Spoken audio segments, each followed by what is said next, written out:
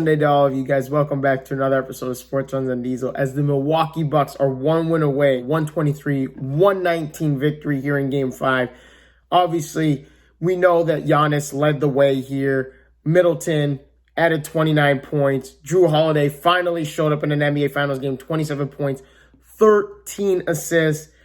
Pat Connaughton, big minutes again, 30-plus minutes in this ball game again, 14 points, 4 of 6 from downtown for Pat Connaughton for the Milwaukee Bucks. And unfortunately, on the losing side for the Phoenix Suns, Booker with another 40-point performance in the NBA Finals. It's back-to-back 40-point performances here in the Finals in response to Giannis's back-to-back 40-point performances in the Finals here. And unfortunately, it comes up short here. Chris Paul, 21 points, 11 assists, 1 turnover, might I add. A lot better job by the Phoenix Suns here in terms of taking care of the basketball. Only had 9 turnovers in the ball game, 8 and 20 points, 10 rebounds.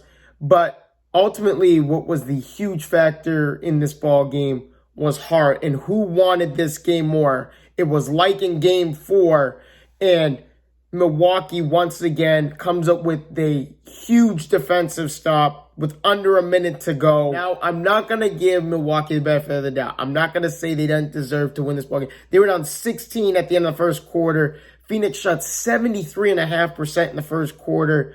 At one point in time, Milwaukee's hot shooting from the second and third quarter flirted with the best shooting performance in NBA Finals history, which was 62.5% by the Orlando Magic in Game 3 of the 2009 NBA Finals against the LA Lakers. One of the most efficient shooting nights in NBA Finals history. Both teams shot very well from the field, very well from the three-point line. A little bit of a difference in the free throw line game, and obviously we know that with Giannis Antetokounmpo going 4 for 11 from the free throw line here, and that's been his Achilles heel, but that's why I'm not letting Milwaukee off the hook. Milwaukee had an opportunity to ice this game before this Jrue Holiday steal and Giannis Antetokounmpo alley-oop dunk. Giannis had 3 free throw attempts, missed all 3 of them, and then Middleton missed an attempt as well, 4. Eventually, he hit his second free throw attempt, which iced the game 123-119. But still, 4 free throw attempts to ice this game to make it a 2 to 3 possession ball game, and missing them. Very lucky Devin Booker and the Phoenix Suns did not make them pay for those missed free throw attempts. And honestly, when you look at the team stats, that's really the only discrepancy in this ball game was the free throw shooting game. But I'm telling you, it came down to heart. And of course, it came down to two of the best defensive plays in NBA Finals history, Giannis Antetokounmpo block. And then we're also going to look at Game 5, Jrue Holiday's steal and alley-oop pass to Giannis to kind of seal this ball game up. But now, as we look to Game 6 of the NBA Finals on Tuesday night at 9 p.m. here, someone else has got to step up. It can't just be Devin Booker. Devin Booker has done everything possible in the last 2 games to keep his team in it and to try and propel his team to the victory. And it just hasn't panned out and worked out that way. Now, granted, we've had 2 extraordinary defensive plays by Milwaukee. Giannis with the block on the DeAndre Ayton alley-oop. And you have Jrue Holiday stripping Devin Booker and throwing up an alley-oop to Giannis for an and one. I'm telling you right now, someone else has got to step up other than Booker. Someone else has got to take the pressure off Devin Booker like Chris Paul, what Chris Paul was doing in Game 1 and Game 2. I mean, I'm telling you, Chris Paul was pressuring the defense, going to the rim. He was so much of a factor in Game 1 and Game 2 that eased up the pressure of Devin Booker. So now they're not double and triple teaming him to, get the ball out of his hands. So it's got to be someone else other than Devin Booker. Get DeAndre Ayton more involved in the offense. Give Milwaukee some credit, though. They have started to defend this pick and roll with perfection now. And it's showing because DeAndre Ayton, now granted, 20 points, 10 rebounds, like I said earlier, is a good game. That's a great game.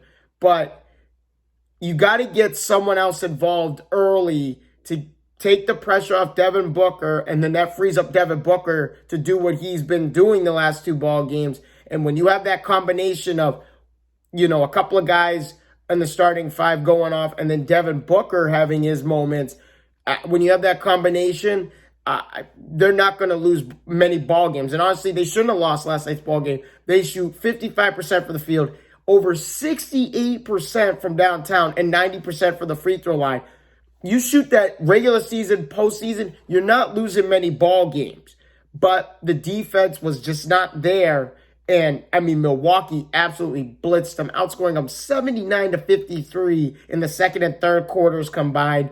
At one point in time, I mean, it's just, I don't know what else to say about last night's ball game. It was a great game to watch. It's just like Game 4. Game 4 was awesome to watch, coming down to the wire. And like I said, two extraordinary defensive plays have been the difference from Phoenix ending this series to Milwaukee being up 3-2, going back to Milwaukee for Game 6 Tuesday night.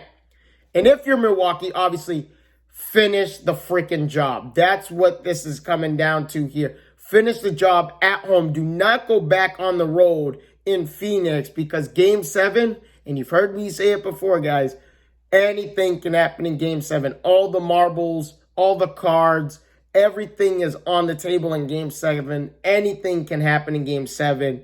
And that's what Milwaukee needs to avoid here. They have Phoenix right where they want them. They're forcing Chris Paul to they're not only defending Chris Paul great on the defensive side of the ball, but they're forcing Chris Paul in bad mismatches, and they're forcing him to play defense on the other side. And Chris Paul I can see a little fatigue setting in for Chris Paul, because honestly, he is 36 plus years old, and it's, that takes a toll on a player, especially, I mean, I know Booker, Giannis, and Middleton, they've played over 40 plus minutes almost every game in this series.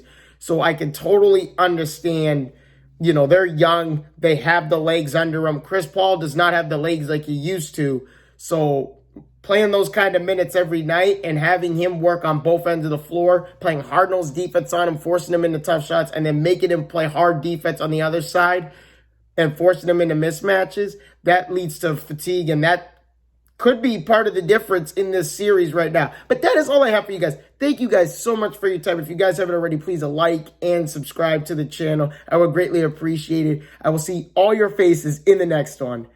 Deuces.